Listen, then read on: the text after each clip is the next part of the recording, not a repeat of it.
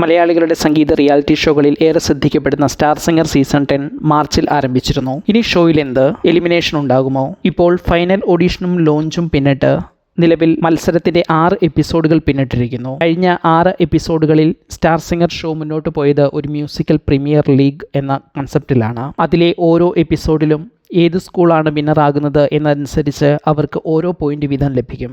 6 എപ്പിസോഡുകളും കഴിയുമ്പോൾ കൂടുതൽ വിജയങ്ങൾ നേടുന്ന സ്കൂൾ ഈ മ്യൂസിക്കൽ പ്രീമിയർ ലീഗിൽ ജേതാക്കളാകും. ഏപ്രിൽ 27 ഞായറാഴ്ചത്തെ എപ്പിസോഡ് ടെലികാസ്റ്റ് ചെയ്തതോടെ വിജയികൾ ഇവർ. ആകെ നടന്ന 6 എപ്പിസോഡുകളിൽ 2 ഇരു സ്കൂളുകളും ഒരേ മാർക്ക് വീതം നേടി ടൈയിൽ അവസാനിച്ചു. ശേഷിച്ച 4 എപ്പിസോഡുകളിൽ ഒരെണ്ണം മാത്രമാണ് സിതാരയുടെ ഗുരുകുലം സ്കൂളിന് നേടാനായത്. ശേഷിച്ച 3 എപ്പിസോഡുകളിലും വിജയിച്ച് ഗ്രാൻഡ് പ്രീമിയർ ലീഗ് വിജയിച്ചത് വിധുപ്രതാപിന്റെ കോൺവെന്റ് സ്കൂളായിരുന്നു. ഈ 6 എപ്പിസോഡുകളിലും ഓരോ എപ്പിസോഡിലും ഓരോ സ്കൂളിനും 3 വീതം ഗായകർ മത്സരവേദിയിലെത്തി. അങ്ങനെ ഓരോ എപ്പിസോഡിലും ആകെ 6 പെർഫോമൻസുകൾ വീതം. നിലവിൽ ഈ 6 എപ്പിസോഡുകളിൽ 2 റൗണ്ടുകളാണ് പൂർത്തിയാക്കിയത്. മൈ പ്ലേലിസ്റ്റ് റൗണ്ടും പവർ പ്ലേ റൗണ്ടും. ഈ 2 റൗണ്ടുകളോടെ ആദ്യ പ്രീമിയർ ലീഗ് അവസാനിച്ചിരിക്കുന്നു. എല്ലാ മത്സരാർത്ഥികളും 2 പെർഫോമൻസുകൾ ഇതോടകം കാഴ്ചവെച്ചിരിക്കുന്നു. ഇനി അടുത്ത എപ്പിസോഡുകളിൽ എന്താകും പുതിയ ഫോർമാറ്റ് എന്നറിയാൻ കാത്തിരിക്കുകയാണ് പ്രേക്ഷകർ. കഴിഞ്ഞ 2 റൗണ്ടുകളിലെ 36 പെർഫോമൻസുകളിൽ നിന്ന് 100 മാർക്കും നേടിയ 5 ഗോൾഡൻ സ്റ്റാർ പെർഫോമൻസുകളാണ് ഉണ്ടായത്.